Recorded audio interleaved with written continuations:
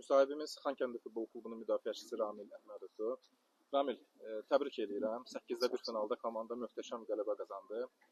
Sən də bugün oyundaydın və sənin də payın var komandanın qələbəsində.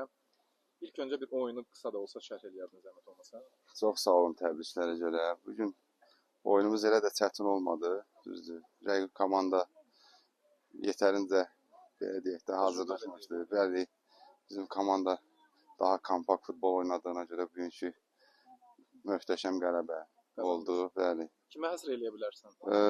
İlk öncə qələbəni bütün azarkeşlərimizə, Xankəndi azarkeşlərinə həsr edirəm. Bugün də mənim atamın ad günüdür. O xüsusilə də ona bugün həsr edirəm.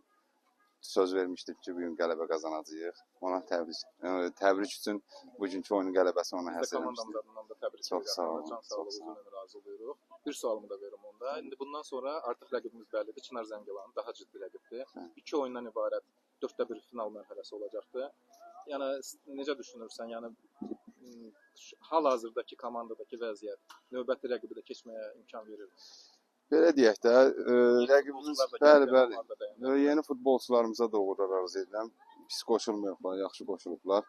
Çınar Zəngilan komandasında belə deyək də, oyunçularının təcrübəsini də bildik, tanıyırıq, yaxından tanıdıqlarımız da var. Biz də bizim ilk gündən məqsədimiz, ilk bura başlayan günümüzdən məqsədimiz belə deyək də, çempionluq olub, məqsədimiz odur. Biz də hər rəqibə qarşı eyni motivasiyada, bəli, eyni motivasiyada və hamısına hörmətlə yanaşıb futbolumuzu çıxıb oynamışıq. Allaha şükür bura qədər gəlib çıxmışıq. İnşallah ki, Çınar Zəngilanla da oyunumuz yaxşı nəticələr əldə edəcəyik. Oldu inşallah. Təşəkkür edirəm. Çox sağ olun, minnətdaram, sağ olun.